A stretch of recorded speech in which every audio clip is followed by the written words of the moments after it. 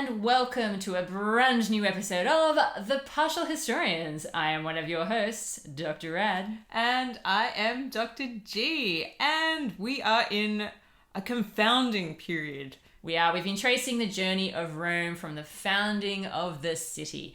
And we finally reached the Second Decemvirate, and we've been stuck here for a little while, and I think we're going to continue to be stuck here for a little while. I'm definitely going to be stuck here for a little while. There is a lot of detail that our written source material is interested in conveying to us. This seems to be built up in the Roman mind as a pivotal point in Rome's developmental history. Absolutely. So I'm reading Livy and you're reading Dionysius, and normally Livy is fairly skimpy on the details, but Dr. G, you're in for a treat. A wealth of information this time. Excellent. I'm so excited. Finally, I can sit back and listen to a tale be told to me. But before we get into that, let's briefly recap what we covered in the last episode. The last episode, yeah. So, I mean, the Decemvirs have got themselves into a bit of trouble, haven't they? They certainly have. So, I think both of our sources have clearly indicated that whilst they're just horrible in general terribleness happening, really not a good time for citizens, there are a couple of acts they commit which really mark them out as very tyrannical and really signal that this is not a good rule happening here. And we talked about one of them last time, which was the murder. The murder of the Roman Achilles. It's right. Unfortunately, we had to bid farewell to one Siccius Dentatus, who was cruelly cut down. Sad times. Yeah. Yeah. This is almost up there with the Spurious Furious moment for me, I have to say. It really was. It just came out of nowhere because we hadn't talked about him for such a long time. Yeah, but this gentleman is a legend amongst the soldiery. Yes. And he... Was, Dr. G. Was. The poor man. Still not used to saying it yet. And he demonstrated his capacity, not just on the battlefield, but ultimately in the political forum as well, going on to become a tribune of the plebs, being such a representative of the people. And he is basically retired, but has this penchant for coming back in moments of crisis to help out because he's such an amazing warrior. And maybe this is his natural arena. He wants to be out there. And so when the time comes and Rome is again surrounded by enemies, he does the dutiful thing, which is sign up and get out there. Absolutely. But boy, is he betrayed. Your country needs you. Apparently so. Yeah. But he is cruelly murdered. Yes, absolutely. So we were kind of dealing with that and the aftermath of that last episode, but there is still one more big crime, big misstep. Yes, if you've thought the Decemvirs getting together and deciding that it'd be a good idea to bump off the best soldier that they've ever had, just you wait. Absolutely. So we're going to delve into this next misstep in this episode.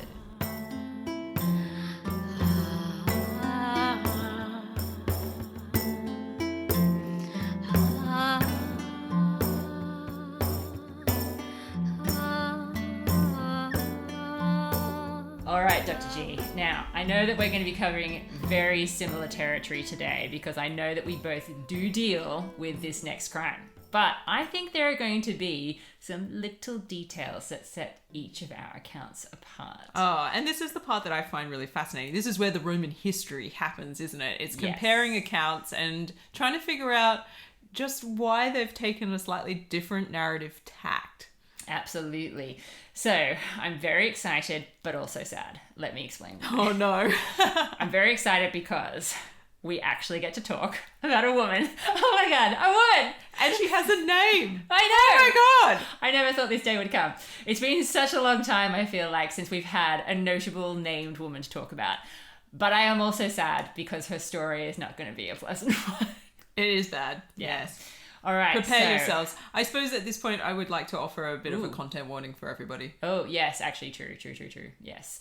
Yeah, look, what we're dealing with today is pretty heavy material. It's right up there with the story of Lucretia. Yeah. If you are in any way concerned about issues relating to violence, sexual assault, we recommend that you reach out to the appropriate places for assistance, and keep in mind that these kinds of things may be coming up in this episode. Yes, and any mocking that we may do, we are mocking the men who are writing about this story, not the event that's actually happening, or the men in the story, not anything that is happening, not the actual events that are happening in the story. The events themselves are very serious. Absolutely, yeah.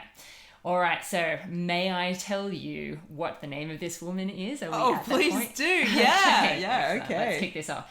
So, this is going to be the story of Verginia, or if I want to sound hilarious, Verginia. That's probably what I'll be calling her. Fair enough. I just feel like I'm a fud whenever I talk like that, even though I know it's more correct. I love the history of Rome. It's a history of woe in Rome with Verginia. Verginia's woes began in Rome. Yes, it's exactly why I don't want to call her that, and I want to call her Verginia. All right, fine. All right, yeah. But it is around her that I think the Second Decemvirate makes their biggest mistake. It really kicks everything off, according to Livy. And so this is why I think it becomes such a set piece. There are moments in Livy's account where he obviously chooses to make this a learning moment, a teachable moment. Yeah, it has a lot, I think, to do with the issues that we've talked about in the past with Livy, but I'm just going to remind everybody what they are right now, which is Livy is writing in a very particular moment in time. He's writing as Octavian/Augustus's career is really taking off just after the civil wars have taken place between him and Antony and all that drama. And Augustus is clearly trying to establish something new. A rebranding of Rome, if you will.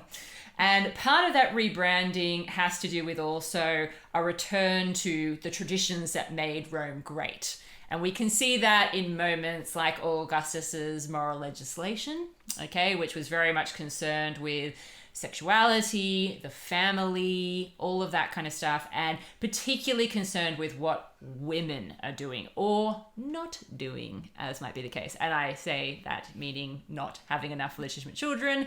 And when I say doing, I mean committing adultery, etc., etc. How dare you have sex for fun and not produce babies? Exactly. I hate that. It's outrageous. Yeah, so he's writing in this very particular moment. And I think that is going to influence his account of this moment.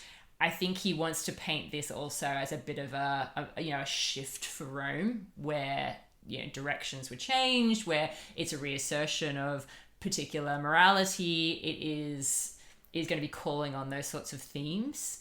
And also, I think you might want to be aware that Livy himself is actually from Padua, which is known as a place that had a very traditional moral sense. So that it could also be a bit of a personal thing. You're saying Livy's a bit backwards himself, are you? I would never say that about him. How dare you? But it's just worth being aware that he personally may have also had a fairly conservative moral sense. It's a bit hard to say, but yeah, this is definitely an episode. There's going to be elements of tragedy influencing this account because he wants to make this a big moment. I feel like it's almost a redundant question to ask if Dionysius is also going to play this up in his account. He is going to play this up in his account. Affirmative. All right, so should we actually tell our listeners what happens in this particular moment, this teachable moment? Yes. All I reckon right. you should go for it. Livy has the floor. Okay, I'm very excited about this. All right, so the big thing, this obviously has a lot to do with Appius Claudius, the unofficial head of the Second Decemvirate. Now, we know he's been seriously misbehaving up until now. But up until now, his actions have mostly concentrated on, other men, other nameless men, citizens, all that kind of stuff, okay? You've been a very naughty boy. He has, indeed. Now, Livy is very clear from the beginning that we should see this moment in Appius Claudius' life as being very similar to the moment that brings down the Tarquin monarchy and the kingship in Rome. He signals that. It's not just something where you read it and you go, oh wow, the story of Lucretia and Verginia is like really similar. He's flat out, you should see this as a similar thing, because it is. And that's because Appius sees this girl walking by one day and he is conceived of, quite frankly, an insane level of desire and lust for her, which is very similar to how Sextus Tarquinius felt when he first saw Lucretia. It's very difficult to explain from a modern day perspective why these men who have the world at their feet because they're so insanely powerful would fixate on this one particular woman, and that's the one that they have to have, but it's just how it's set up in our accounts. Yeah. And I think classic patriarchy would be my answer to that question. Could be, but maybe this is a narrative trope as well to a certain extent. This is what I mean. This is where the morality comes in. This is signaling that this is a dangerous moment, because when things start to go wrong in the Roman state, it's usually because the male body is out of control. Like some sort of vice is taking over. And it can be, one of a range. We're not limited to lust here, but lust is one of those that can start to throw things out of whack. And if that happens in the male body, you tend to then also get a knock-on effect in the political realm. So this is what it's signaling to us, that this is what is happening. So who is this Verginia, this femme fatale? Well, in my account, she's the daughter of a very well-respected centurion who happens to be away, serving in these wars that we've been talking about with external enemies. How fortunate is that? Yes, Rome is fighting a war on many fronts, and he is dutifully off serving home. Yeah. Now, just going to signal here, interestingly, Livy hasn't made this story up because he wants a moral exemplar right now. He is definitely basing this on earlier accounts. And in some of the other accounts about this story, Verginia is apparently a patrician.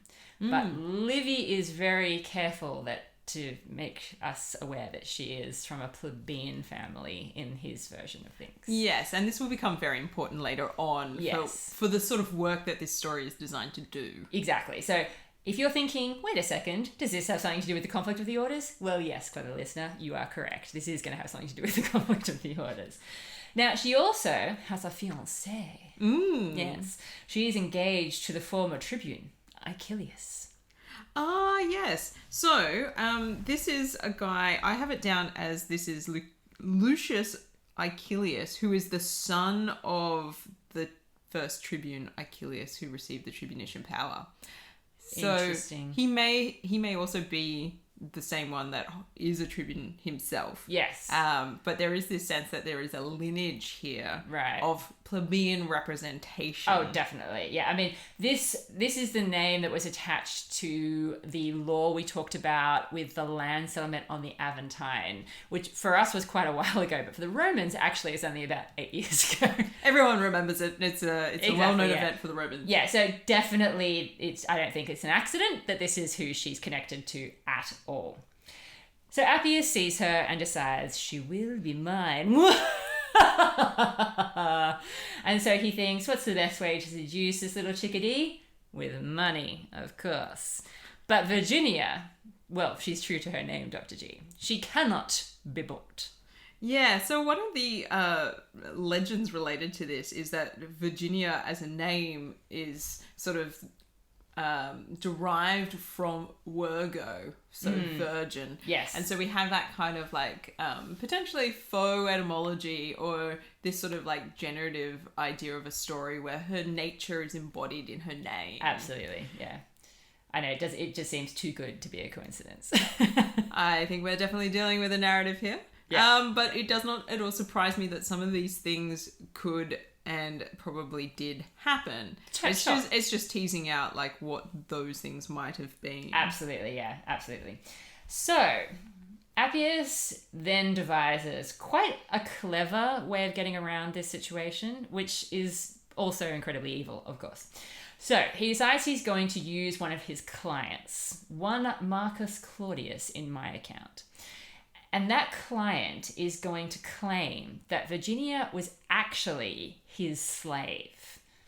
Now, Appius Claudius... Wait a minute. Yeah. Appius Claudius' thinking is obviously that once she's claimed by his client, he can then have free and easy access to her. If she is deemed to be a slave, well, slaves have no rights, so she won't be able to turn him down for sex. And that way, he'll get his evil way with her. Yeah. So this is pretty crazy. So as Verginia is on her way in the forum, possibly going to school? Yeah, I have her down as being of school age and attending school in the forum. So Dionysius of Halicarnassus, in his account, suggests that first foray that Appius Claudius tries, which is bribery through money, is actually conducted through intermediaries. So it's not Appius Claudius going out himself, because that would be too weird. Yeah. He gets some people to do it for him, and they approach her teachers. Right. Yeah. So she has a range of sort of governess style women around her who are like escorting her to and from school and also looking after her learning. And they approach them with this sort of gift and suggestion. And it's the women who are around Verginia who are refusing on her behalf. Totally, yeah. It would have been super creepy for him to just like directly shut her up. But like, let's just like pausing for a moment. This is Appius Claudius, fully grown man, head of the Decemvirate, who is chasing a schoolgirl. Oh, totally. Yeah, absolutely. Very creepy. Very creepy. Yeah, definitely. So in my account, he decides essentially on just abducting her. Yeah, that's really what's going to happen. So he's going to nab her and be like, oh, this is just my slave. No need to panic. Don't worry, just capturing my slave. Go about your business, people. Now, in my account, and this is where I think there might be a little bit of interesting nuance here. Verginia is paralyzed with fear, which, as we've just talked about, would be a completely normal reaction to being abducted in public, particularly for a girl this age. But it's the women around her, specifically her nurse, who starts to raise the alarm and is like, people, you need to do something here. This is not great. This is not what's happening. Like, she is not a slave. What is happening? You need to do something. Citizens, to arms! Rise up in defense of this innocent woman. And it has the desired effect in that a crowd obviously gathers round and is like, what's going on? Now, this is really interesting for Livy's account because this is going to be the beginning of a trend in Verginia's story in Livy's account, in that, unlike Lucretia, Verginia will stay silent the whole time. She never speaks, which is a bit disappointing, to be honest. But wow, she's not given a speaking part in our stories. Oh yeah, I mean, like again, I'm hoping she does get to say something in her actual life, but I don't know. We don't get it. Yeah, in the narrative of her big moment in Roman history, in Livy's account, she never actually gets to utter a word, which is interesting because it's just such a contrast to Lucretia, who gets this like magnificent speech, even though, again, it's very problematic in what she's saying, but still, it's very interesting. So I just thought I'd flag that this is going to be the beginning of not speaking for Verginia.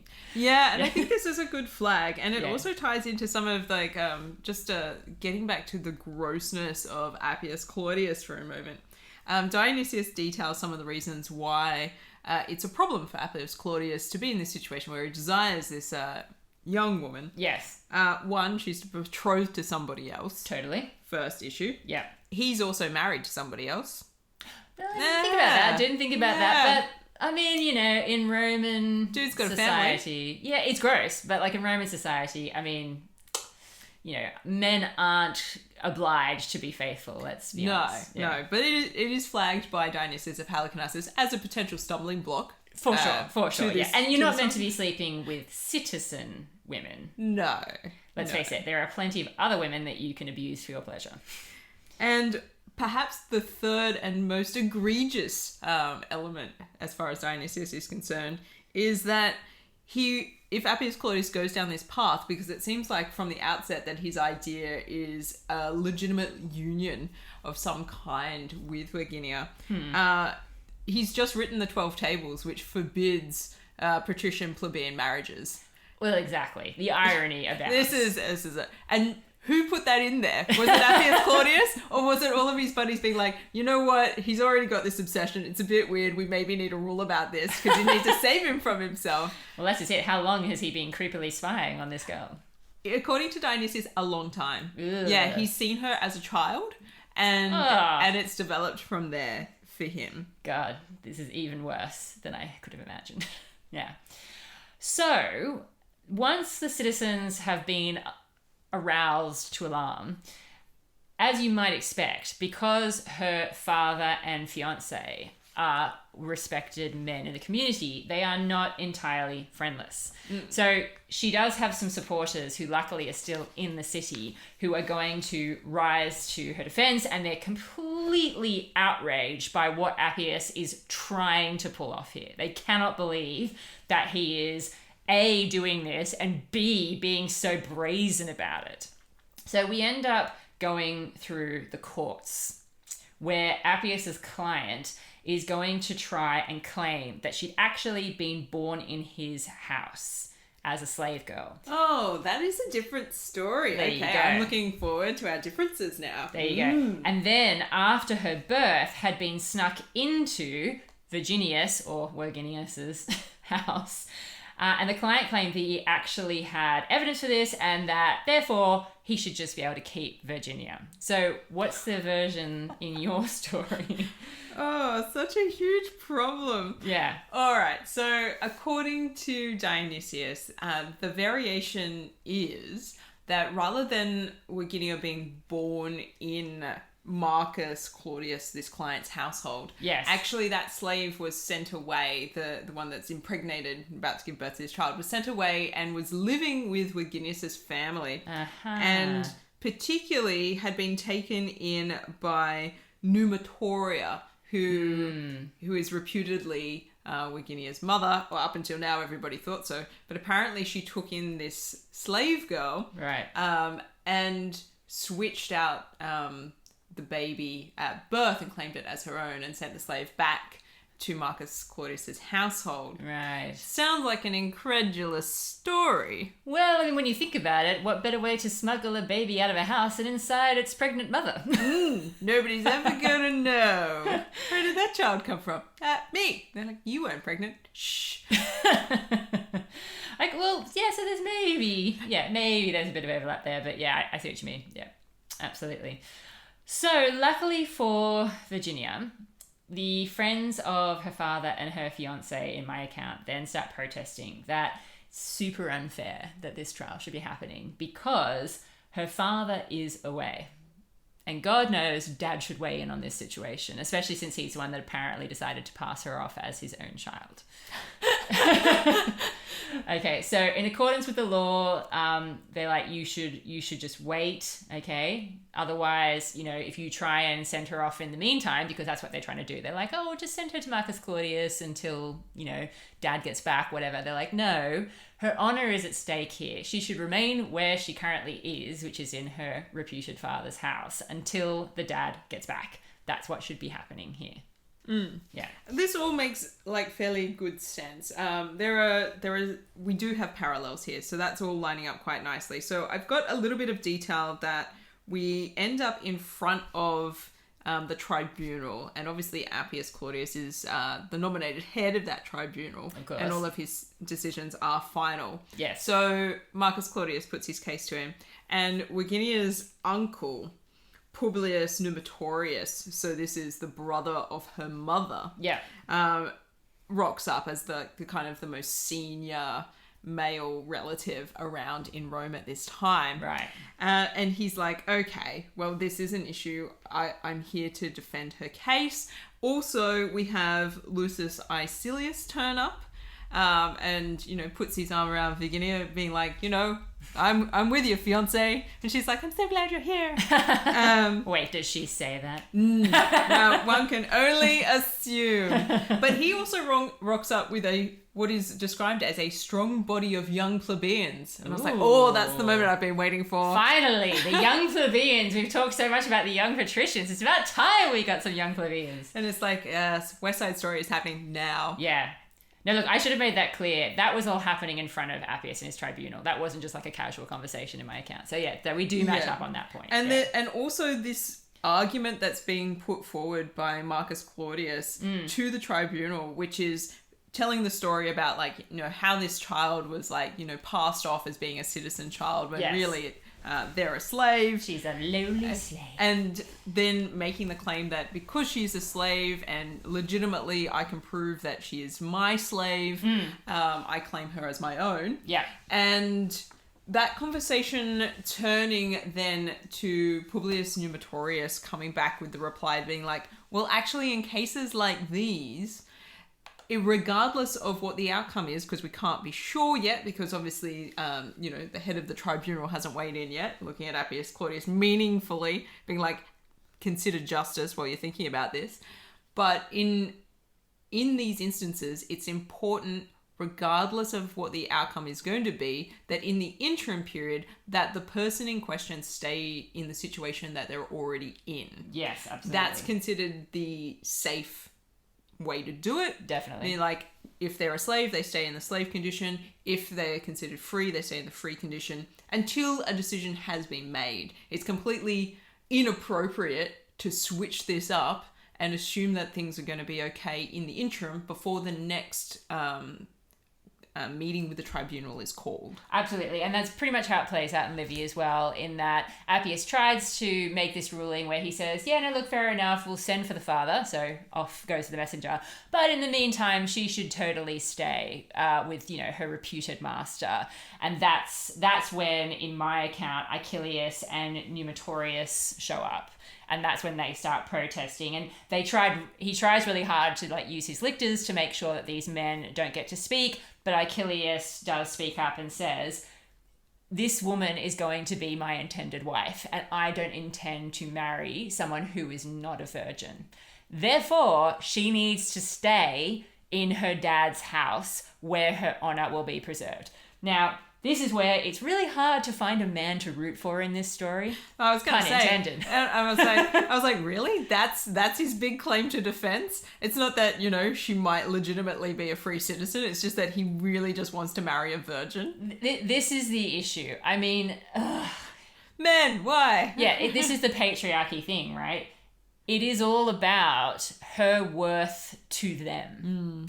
And this is why it's really hard to side with anybody in this story, because Appius Claudius, sure, he sounds like a total perverted creep by modern standards, and probably by ancient standards as well, I think. So he sounds awful. But the men that are connected to Verginia are very concerned about preserving her chastity because of how it would reflect on them, how it impacts their life if she is not chaste anymore.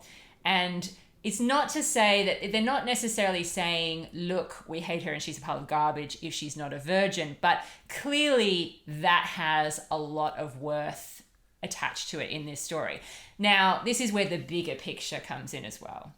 This is obviously a bigger story than just Verginia. She is the exemplar that Livy is choosing to use when talking about a bigger state issue.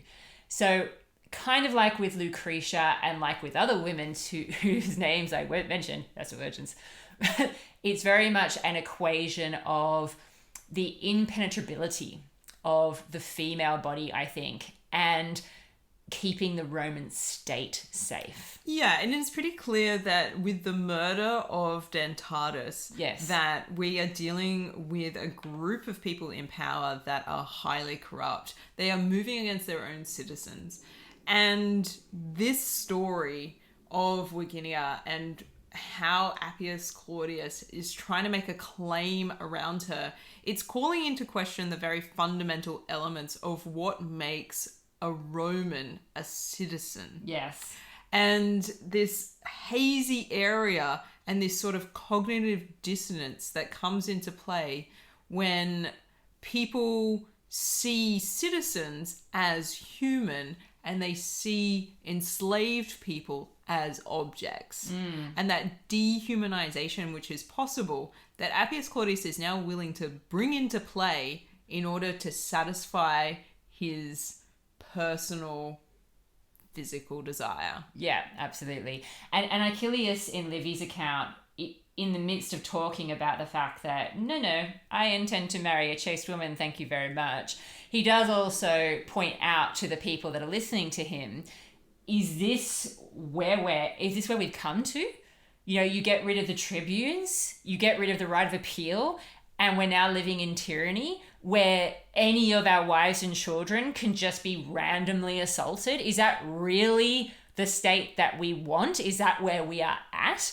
So it is obviously a bigger picture here, but I just find it interesting that this is the hill that they're going to die on, because Achilles is very clear. He's like, I will die rather than let you do this to this woman. So he is putting his money where his mouth is. There is something in that, but yeah, it's a bit problematic that that's what has to be the case for women. And yeah, it's a problematic point he's making for us, but by Roman standards, it makes total sense. Female chastity and female morality and female sexuality are meant to be controlled by the men connected to that woman, so her husband, but most specifically her father or her paterfamilias.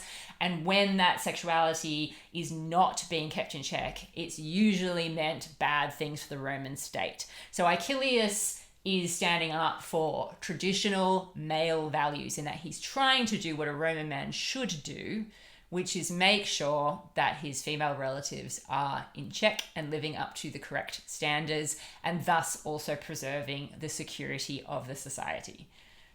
Yeah, and look, as problematic as most things in this narrative are, I'd have to say that the uncle, so this is Numitorius, yes, might come out looking a little bit better in Dionysius' account. Right. Because he stipulates in front of the tribunal that there are a whole bunch of things that Verginia stands to lose if this moment is allowed to unfold where Marcus Claudius gets to take her away before the next tribunal meeting.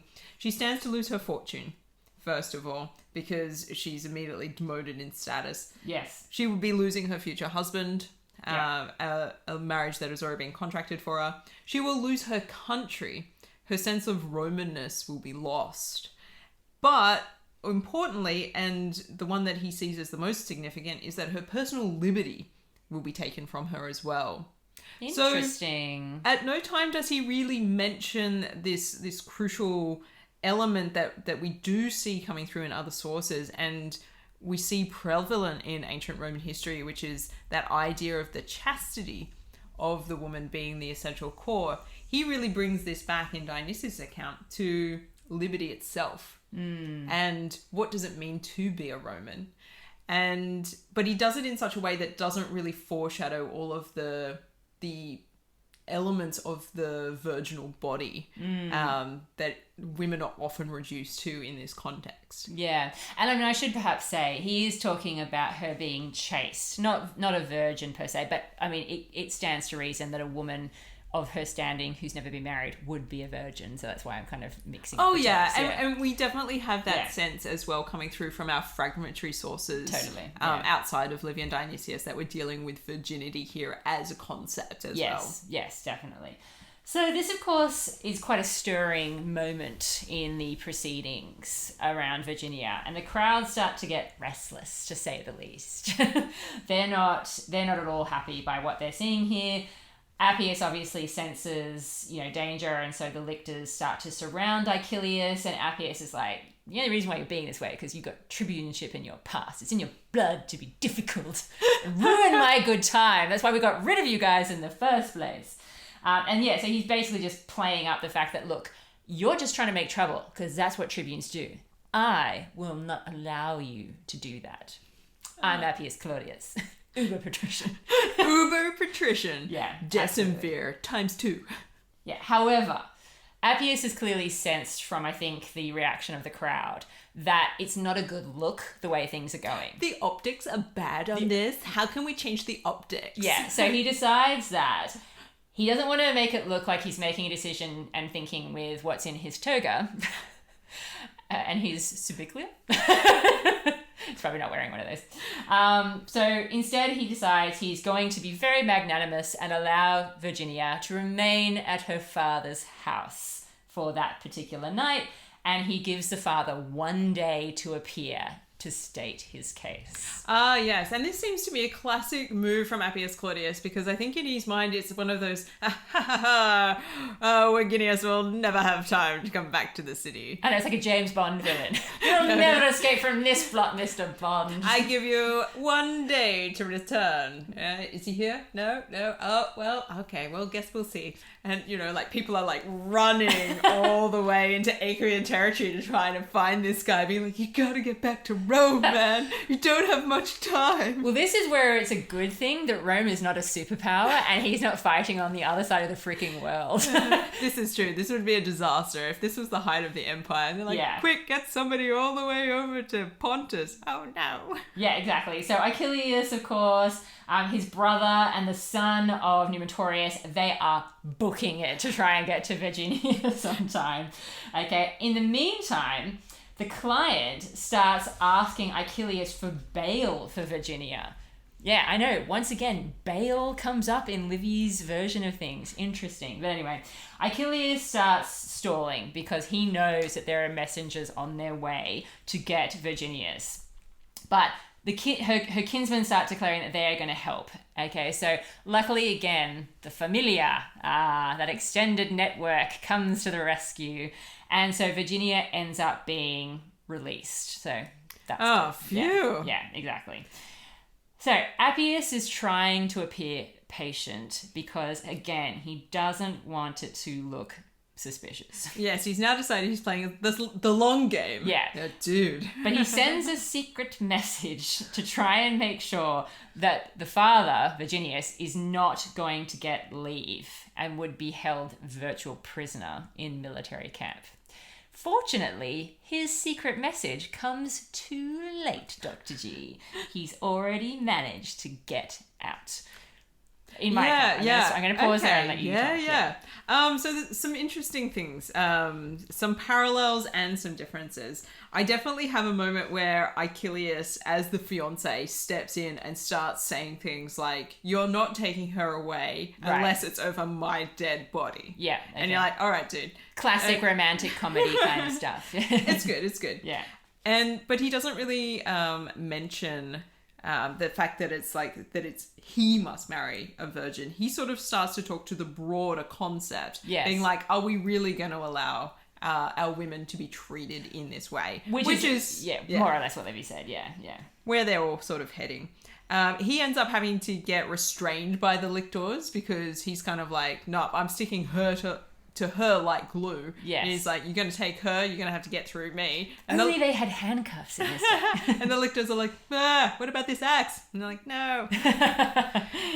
So there's a lot of that, and the crowd really gets involved. And Dionysius describes it as like this sort of three-way tussle where like Marcus Claudius, the client, is sort of trying to drag Verginia in one direction. Achilles is trying to drag her in the other. And the crowd is sort of like, what is even happening? And the lictors are like, let's get involved. Yes. So madness kind of ensues. I definitely get that sense from Livy that this is just crazy. And this that's is why chaotic. It's so infuriating we don't have anything from Virginia's perspective. I mean, it would be really good. She is literally the thing in the tug of war.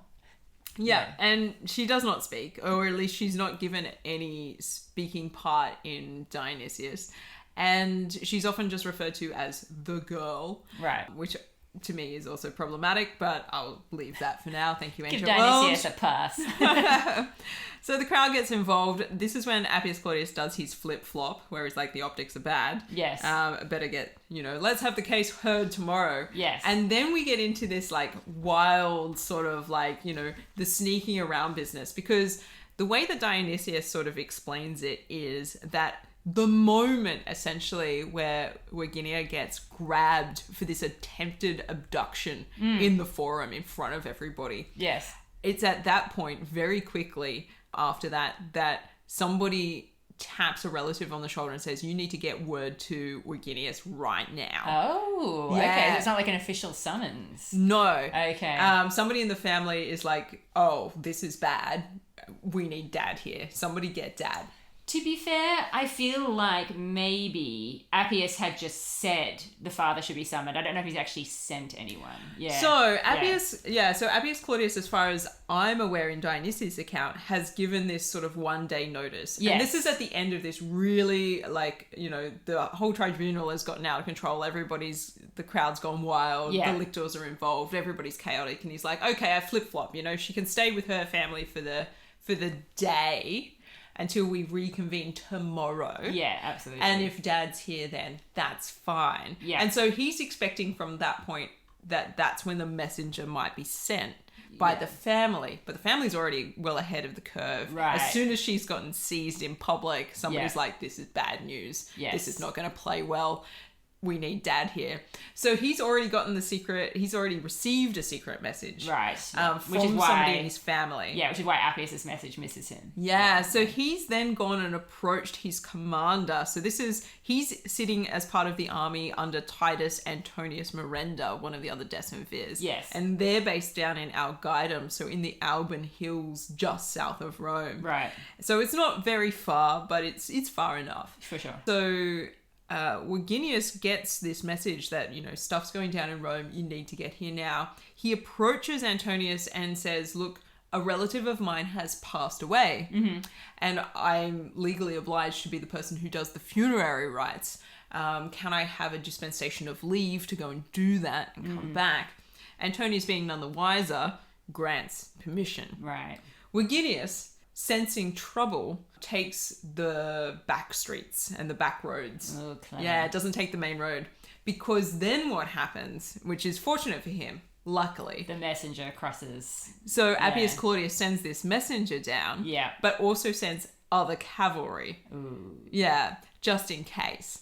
What a sneaky little... And once Appius Claudius' messengers reach Antonius realizes he's been duped, and then he sends cavalry up the main road as well, right, because they're trying to intercept him to stop him. So not only are they giving him a very short amount of time to get there for that next tribunal meeting, but they're also trying to make sure that, like, under no circumstances does he get back. I am totally hearing the Benny Hill music playing with all these people charging back and forth, and Verginia's just like on the back roads. On the back roads. Yeah. And so he sneaks in and manages to get back. So he's there for that second meeting of the tribunal, which is probably, I mean, whether you classify that as a good thing or not, I'll really leave that up to listeners. Yes, let's get to that now. So in my account, it is the very break of day the next day that apparently everyone hasn't gone to bed, or at least they're up very early, and there's a crowd that's already in the forum. So it's the break of day. There is a crowd in the forum because they're just dying to know how this is all going to pan out. This must be the most exciting legal case they've ever seen. Okay. So Verginius and his daughter Verginia turn up dressed very simply and accompanied by a group of matrons, which is an interesting touch on Livy's part. Now, some academics that I have read have suggested that this group of women that accompany them is almost meant to serve like the chorus in a Greek tragedy. Oh, great. Yeah, which I find quite interesting because obviously what Livy is building here is a tragedy. So it is a kind of an interesting thought. So Verginia starts appealing to the people, as you would, and looking for support. And we hear a similar refrain to what we've heard from other plebeians before. I have been dutiful. I have, fulfilled my military service on a number of occasions. I serve the state. What is the point of any of that if it is possible that my daughter should be treated this way? So obviously it's a different focus in that, people like Sikius Dentatus were talking about land allotments and that kind of thing, but it's the same refrain of, I've done my duty. I am loyal to the state. Why do I deserve this for my family? Achilles is with him, and he's also making appeals to the people around them, saying, you need to help us, you need to be on our side. What is happening here is not right. In the meantime, the matrons are just silently crying. which apparently is very moving. It sounds kind of funny when you say it out loud, like this idea that they're just silently weeping, but no, I imagine it would be very effective. I think this is the performativity of grief in some respects, and I think this is something that in a way sets ancient Rome as quite different from the modern sort of at least Australian culture and perhaps English culture as well. Stiff upper lip. Yeah, where it's that lack of, like, keep those emotions internal and don't display it. But that's not true for every culture. And the Romans are more overt in their display of emotions. And this seems pretty normal, I suppose, for many people. And maybe a deliberate choice, but also one that will have an effect. Oh, definitely. And that's obviously, I say that's why they're there, you know, to make that very public appeal to people's emotions, for sure. Because, as I say, I feel silly saying it out loud to say that there's this group of women silently crying. But when you think about what they're crying about, it's the truly horrible fate that awaits Verginia if the case doesn't go in her favour. You know, becoming a slave would be awful. You know, such a horrible prospect. And so that's what they're crying for. You know, I get that totally. Appius, of course, is not to be moved by such silly tears. He is mad with lust. And this, again, is part of the inexplicable nature of these sort of tragic moments in Roman history, which are obviously meant to serve a bigger purpose.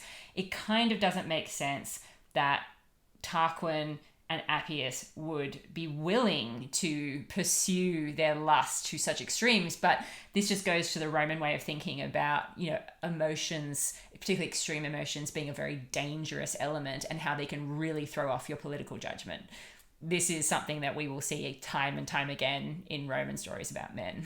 Yeah, and really typifies what the context that this is coming out of as well when we're thinking about those Augustan reforms around morality, yes. But also that idea that the Romans sort of adapt from the Greeks, which is that moderatio, the idea of balance in things. Absolutely. And this kind of behaviour, and because Appius Claudius has been in this whole episode completely unreasonable.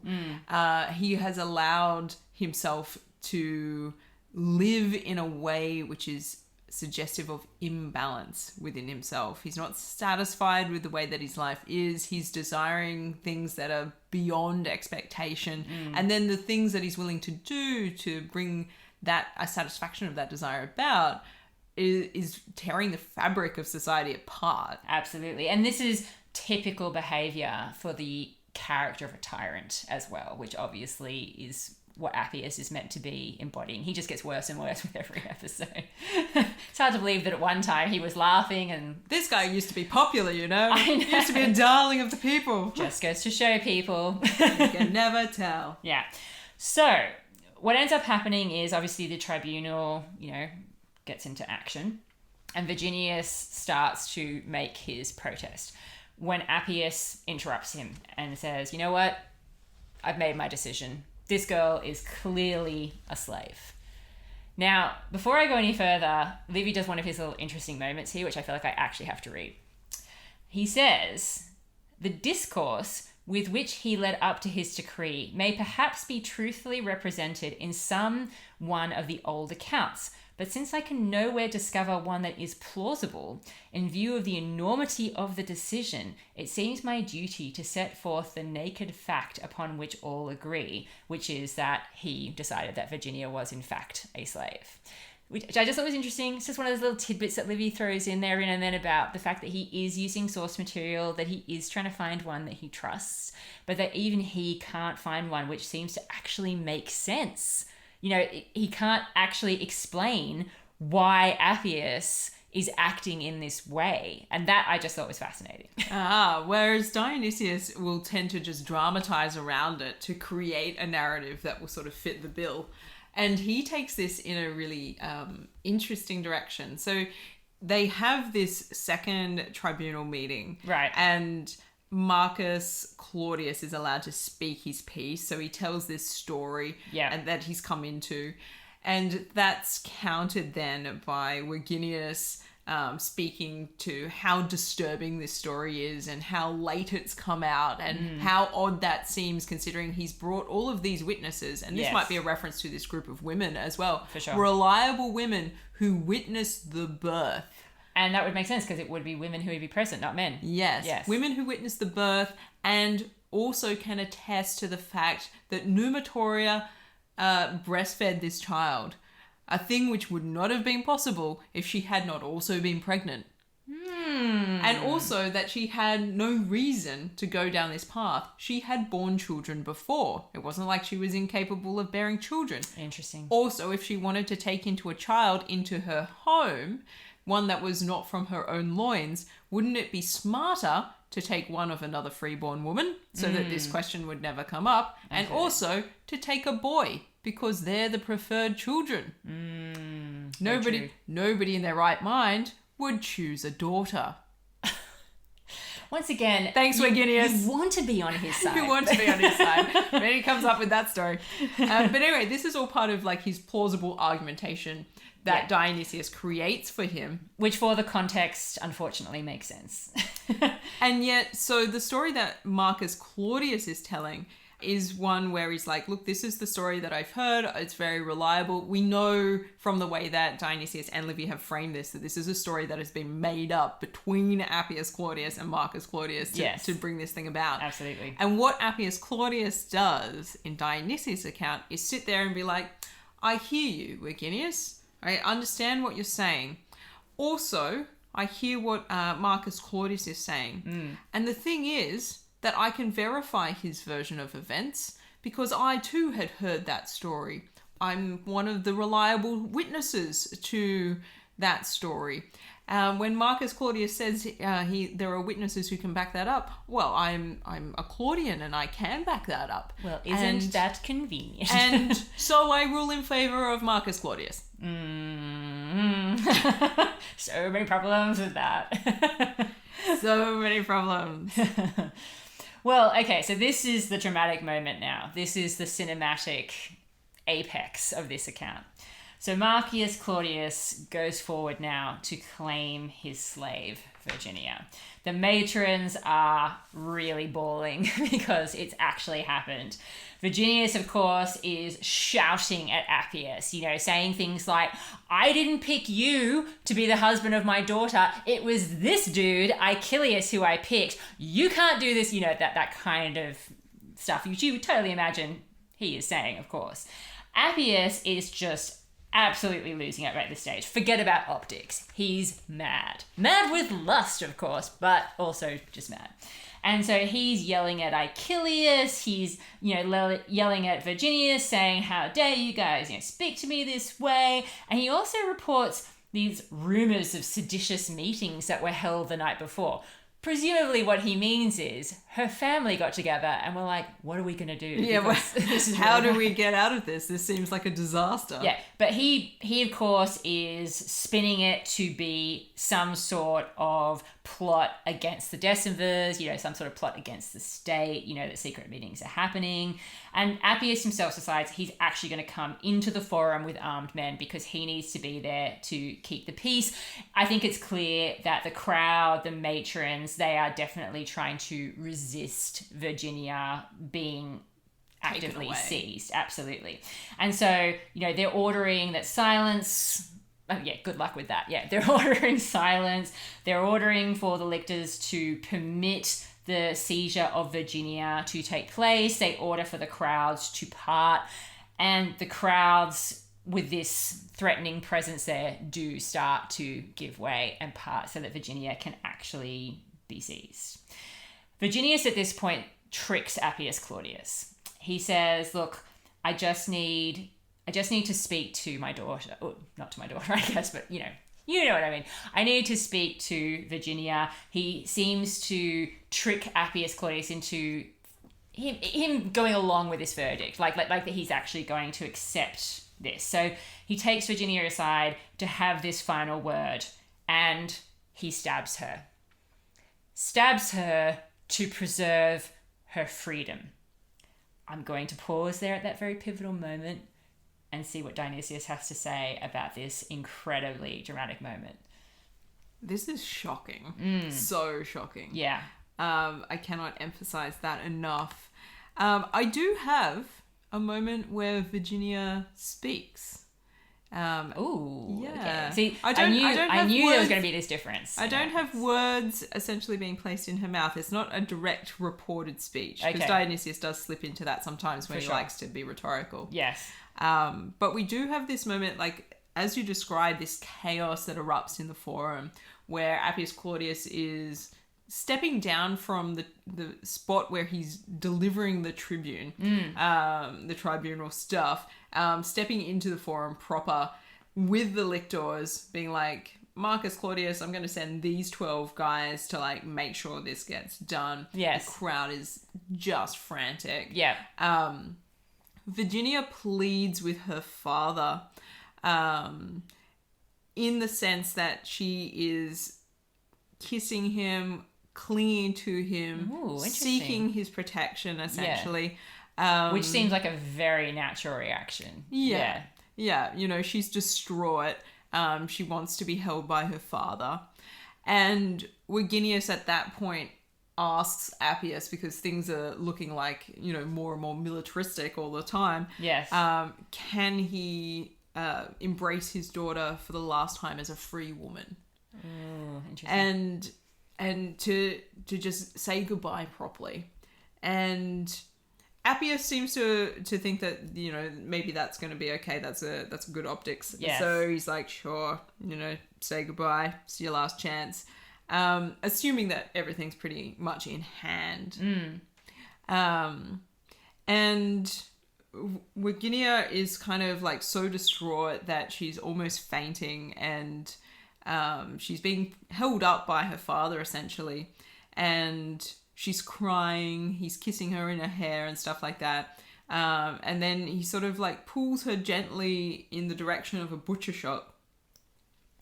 So the forum is this kind of like, you get this sense that the forum is like this place where just stuff happens. We know that schooling is happening here. Yes. We know the tribunal is happening here. It seems that there's a butcher shop. And he snatches a knife from the butcher's table and plunges it straight into her abdomen. That's actually a really interesting difference, because one thing that I didn't mention is that it seems in Livy's account that Verginius actually kind of pulls her aside a little bit, and he pulls her to definitely near some booths, but they're very near the shrine of Venus Cloacina, okay, or in other words, sort of Venus of the sewers, okay, which was a shrine that was built apparently in honor of the Cloaca Maxima. You know, it's obviously a huge, you know, sewage system and stuff that the Romans had constructed. And there is this interesting connection to Venus, which I don't think has ever been quite satisfactorily explained. But Cloacina is an Etruscan goddess that is connected to the entrance of sewer systems. So it's interesting that there is that detail there. Yeah. We're in this weird part of the forum, it would seem. And there is, we get this sense that this is a deliberate act by the father in order to save her from what will be her inevitable fate as an enslaved woman. And it's interesting as well, because Livy specifically says that she was stabbed in the heart, although he does agree that it was a knife snatch from a nearby butcher that he was using. So clearly it's meant to be an impulsive... Yeah, we get the sense that it's not pre-planned. No. They're kind of hoping that things will go the other way. And when they don't, Verginius takes this move. And he says, according to Dionysius, I send you forth free and virtuous, my child, to your ancestors beneath the earth. For if you had lived, you could not have enjoyed these two blessings because of the tyrant.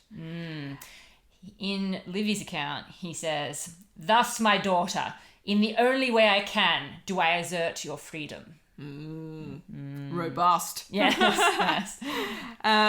This leads to a situation where we now have an open death and a body in the forum. Yes. And this is the thread that I've been kind of following from this point onwards, because I'm kind of like, my big question is, what is happening to Verginia?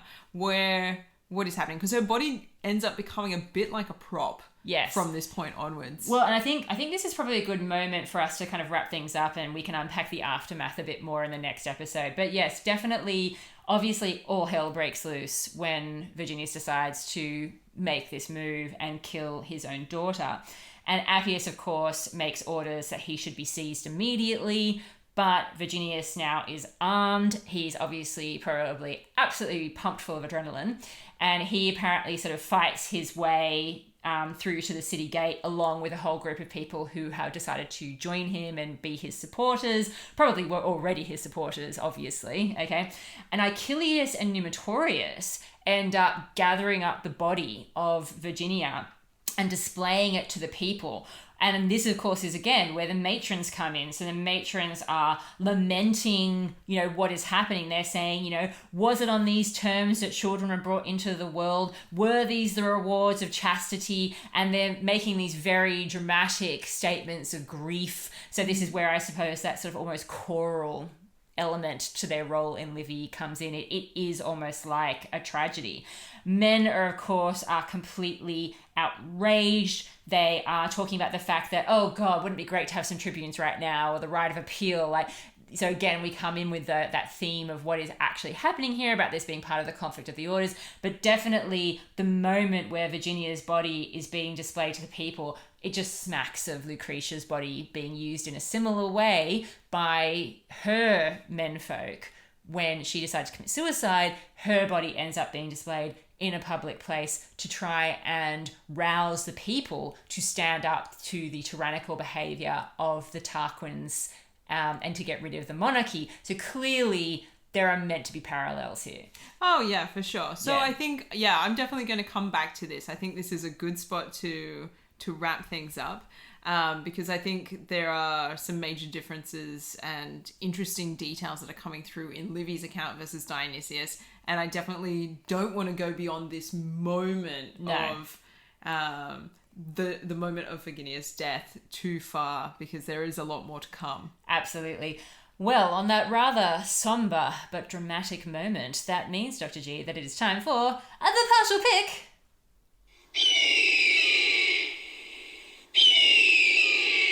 Yes, this is where we rate the Romans. They can win a possible 50 golden eagles in 5 different categories. I hope you remember the categories. I can actually help you with this. I have a horrible feeling that they're not going to do well today because most of the categories are kind of irrelevant. I feel like they're going to do probably pretty poorly, but that is not a surprise for where Rome is at right now. That is okay. So our first category for today is military clout. Yeah. We have a mention that there is war going on, but we have no idea how that's going. I can only presume it's continuing to go very badly. Is the misuse of the lictors in any way allowing us to head into a 0 territory? Yeah, I think it's just got to be a 0 for that. And then we, of course, get to expansion. Nope. Yeah, there is none of that happening at all. I think we then need to consider virtus. Okay. Well, this gets more complicated, doesn't it? It does. I would say that we've got a lot of virtus going on from Verginia's family side, and her connections. That's pretty clear, and they're being positioned very strongly in our narrative sources as such. Yes. On the other hand, the bad guys in this narrative are the very antithesis of what we would expect from virtus. So there might be some cancelling out here. Is it the case? Is that how it works out? I don't think it works like that. No. I was going to say, is it the case that bad behaviour cancels out the good virtus of others? I think we have to reward what we see, which is definitely... Gold stars for you and you and you. Yeah, I think we can't cancel out, because this is, as I say, this is such a pivotal moment. We can't cancel out Verginius and Achilles and Numitorius, acting in the way that they're acting. It is such a big moment. They're doing a great job in trying to preserve not only their family's reputation, but also the foundational definitions of what it means to be Roman as far as a citizen would be concerned. Oh, and this is exactly it. I mean, there's just so much going on here. it's almost like the women in both Lucretia and Verginia's stories serve as a kind of buffer between the men who are going to come to blows. You know, and once that woman is removed, their actual fight can commence, you know. So it's almost like that's what's happened. And Verginius and Achilles, they represent those traditional, highly moral values. They're men who have their lives and their emotions under control. And, you know, particularly Verginius being a soldier, the key to a good Roman soldier is discipline, you know, and having that self-control. And so he is just everything. He's just everything. Whereas Appius Claudius has gone down a completely different path. He's tyrannical. He's abusing his power. He is completely out of kilter in terms of his emotions, and he's allowing it to sway his political judgment. Yeah, I definitely think we have to reward Verginius for that. All right. How much do you want to give him? I'm guessing probably this has got to be pretty high, because this is such a pivotal moment for the Roman state as well. Yeah. So I feel like somewhere around an 8. I was going to say an 8, yeah. All right, so he gets an 8. Now, I did skip over one accidentally, which is diplomacy, but I think that's because it was the farthest thing from my mind. I don't think diplomacy is really happening, is it? Or what we've seen is attempts at diplomacy being denied by a tribunal where you have no comeback whatsoever. Exactly, yeah. So that's got to be a 0. Our final one, of course, is the citizen score. It is a terrible time to be a citizen. It is, but hear me out. Is there something to be said for living in a time where people can, you know, people are going to stand up for citizens, you know, where citizens are starting to come together and actively resist the tyranny of the Second Decemvirate? Well, sure, but we're not seeing that right now. No. What we're seeing right now is the very almost the lowest point at which is driving that change in behavior. Like, I think we're going to see that coming through soon. For our citizens, but this is the moment of their highest exploitation by corrupt tyranny. Fair enough. So I guess that's a 0 then, which means that the Romans get a grand total of, can you count them? 8. Yes. Dr. G is so good at math. 8 golden eagles. That is so few, but more than they've been getting recently, I have to say. Well, yeah, I mean, to be honest, I thought that this was going to be the worst one yet. But actually, I forgot that with the categories that we have, that it was actually probably going to be better than some of the others we've been looking at. Nice for Verginius and crew to save the day for Rome. Absolutely. More ways than one. All right. Well, as we have highlighted, there is so much more to look forward to in the next episode as we unpack the consequences of the public and highly upsetting murder of Verginia by her own father in the Forum. Yeah, stay tuned. We'll catch you soon.